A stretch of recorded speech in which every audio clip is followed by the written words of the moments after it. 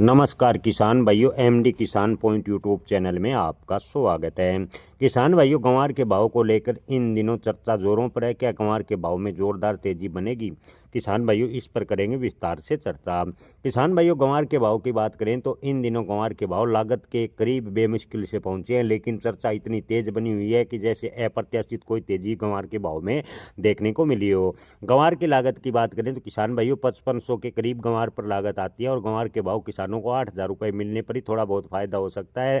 लेकिन इन दिनों ग्वार के भाव 5500 5600 जाने पर ही सोशल मीडिया से लेकर लगातार चौक चौराहों पर अफवाहों की भरमार है कि 2012 वाली ग्वार के भाव में तेजी बनेगी। किसान भाइयों, कल स्टॉकिस की वजह से कई मंडियों में ग्वार के भाव 6200 से 6500 रुपये प्रति क्विंटल चले गए थे। इससे पहले आपको बता दें कि 2021 में भी कमोवेश ऐसा ही देखने को मिला था। जी हाँ किसान भाइयों, 2021 को याद कर लीजिए। कुछ किसान साथियों ने ग्वार 12 से 15,000 रुपये प्रति क्विंटल खरीदा। स्टॉकिस्ट ने अपना माल निकालने के लिए अफवाह ऐसी फैलाई कि किसानों को बर्बाद कर दिया। कई छोटे किसान गांव के 15,000 रुपये प्रति क्विंटल ग्वार खरीदा, लेकिन अगले ही 4-5 दिनों में ग्वार के भाव एकदम से 5,000 रुपये आकर टिक गए। किसानों को बड़ा नुकसान उठाना पड़ा। हालांकि किसान भाइयों, अफवाहों पर ध्यान न दें। हालांकि अंतर्राष्ट्रीय मार्केट की बात करें तो फिलहाल ग्वार कोरमा की चीन के द्वारा अच्छी खासी डिमांड देखने को मिल रही है। इसके अलावा रूस और चीन से ग्वार गम की डिमांड भी देखने को मिल रही है।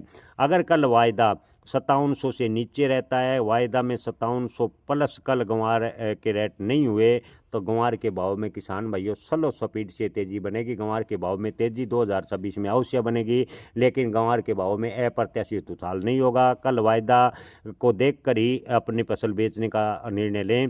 किसान भाइयों, आपको बता दें कि अगर आपके पास में स्टॉक बड़ा ग्वार का मौजूद है तो आप 8 या 10,000 रुपये ग्वार के भाव आने पर 10% है बेचते रहें, भलाई इसी में है। किसान भाई, व्यापारी बनने के चक्कर में अपना आर्थिक नुकसान न करें।